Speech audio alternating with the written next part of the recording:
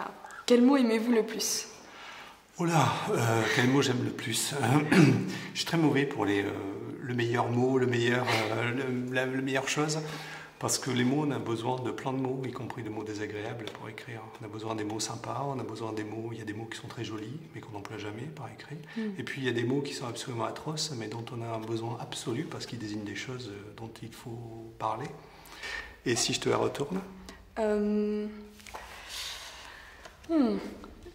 Je sais pas si c'est celui que j'aime le plus, mais je le trouve assez joli. C'est un mot qui n'existe pas. Et en fait, c'est mon père. Et en fait, il est anglais. Ouais. Et du coup, souvent, il se mélange un peu les pinceaux avec le français. Et il invente des mots en pensant qu'ils existent vraiment. Et après, il les utilise dans une vraie conversation. Et une fois, il avait dit qu'il allait piétonner dans Paris. Ah, c'est sympa. Piétonner. Piétonner. Hop. Quel mot auriez-vous aimé inventer?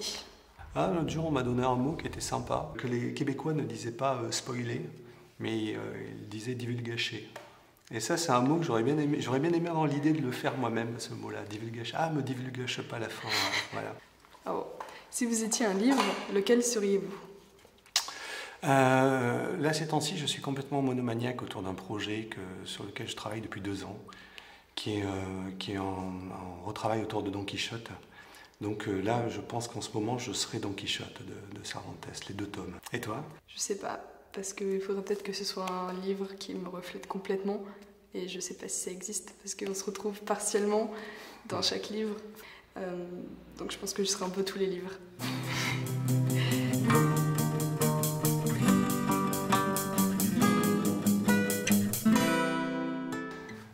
Qu'est-ce qui vous révolte le plus?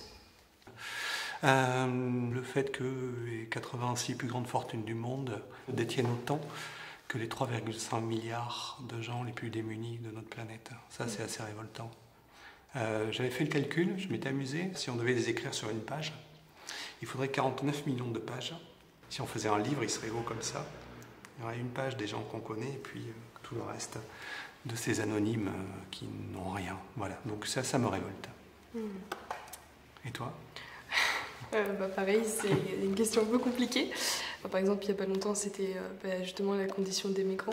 Ouais. Parce que, donc, du coup, moi, je vis dans le 19e et c'était là où il y avait toutes les tentes et ils étaient là. Et ça, c'était c'était bouleversant parce qu'en plus, par exemple, j'avais un ami qui vit à Montmartre et lui, il disait oui, moi, quand je sors de chez moi, je peux pas sortir parce que les touristes, ils bloquent la porte. Et il disait ça comme une anecdote, mais moi je pensais que moi je devais enjamber des gens. Ouais. Ouais, c'est difficile. Mais bon, on reste sur les 86 et les 3,5 milliards, hein, tu sais. Ouais, c'est vrai. J'ai une question. Ouais. Il y a une rumeur qui dit que tous vos personnages vivent dans le même immeuble à Nantes. Est-ce que c'est vrai? C'est-à-dire que quand j'ai écrit un premier roman, c'était l'histoire d'un garçon qui jetait une bouteille de bière par la terrasse de son immeuble. Il montait sur la terrasse, il n'avait pas le droit. Et il jetait une bouteille de bière sur la terrasse. Il avait regardé s'il y avait quelqu'un en bas, mais il n'avait pas vu qu'il y avait quelqu'un parce qu'il y a 18 étages et en bas il y a des arbres. Et par sa faute, quelqu'un est plongé dans le coma.